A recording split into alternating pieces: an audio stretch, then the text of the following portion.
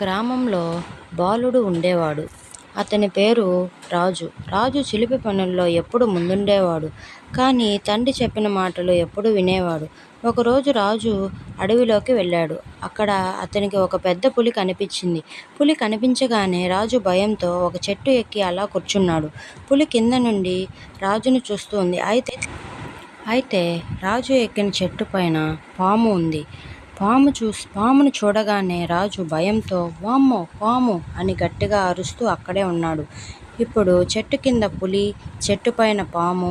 రాజుకు ఏం చేయాలో అర్థం కాలేదు. అంతలోనే పులి మరియు పాము ఒకదానికొకటి చూసి దూరంగా వెళ్ళిపోయాయి. రాజు కిందకు దిగి ఇంటికి వెళ్ళి ఆ రోజు జరిగిన విషయాలన్నీ తన తండ్రితో చెప్పాడు. తండ్రి నవ్వుతూ "సాహసం చేయడం మంచిదే, కానీ కొన్నిసార్లు తెలివిగా వ్యవహరించాలి" అని చెప్పాడు.